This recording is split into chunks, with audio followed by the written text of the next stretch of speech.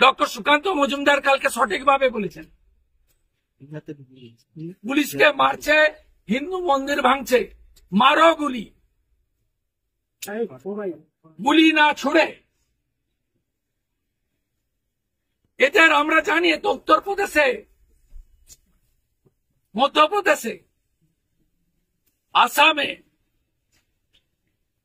গুলি করতে হচ্ছে না, 4টা ডান্ডা পিছনে দিচ্ছে, তাতেই ভারত মাতা কি জয়কার বলছে। আর মমতার পুলিশ এই জিহাদি বাহিনীর কাছে,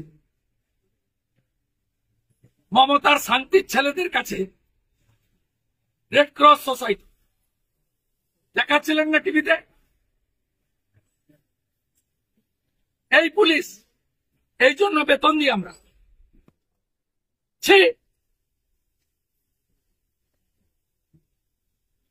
রাজীব কুমার আর মনোজ বার্মা বেরোয়নি, মমতা তার ভাইপোকে কালকে দেখা যায়নি, সাধারণ পুলিশগুলোকে মার খাইয়েছে।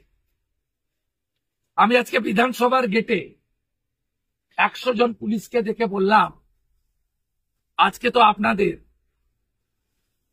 মালিকের আসার কথা নয়, এতজন কেন?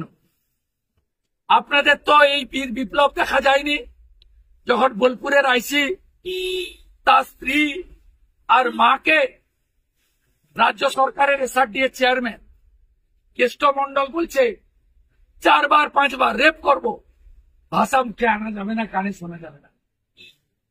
বিজেপি কে 15-20 হাজার লোক নিয়ে বোলপুরে পুলিশের মা বোনের সম্মানের জন্য মিছিল করতে হয়, আর আপনারা মমতা ব্যানার্জির ভয়ে, ট্রান্সফারের ভয়ে, চাকরি বাঁচানোর জন্য নিজের মেরুদণ্ডটাকে খুলে আলমারিতে রেখে এখানে ডিউটি করছেন।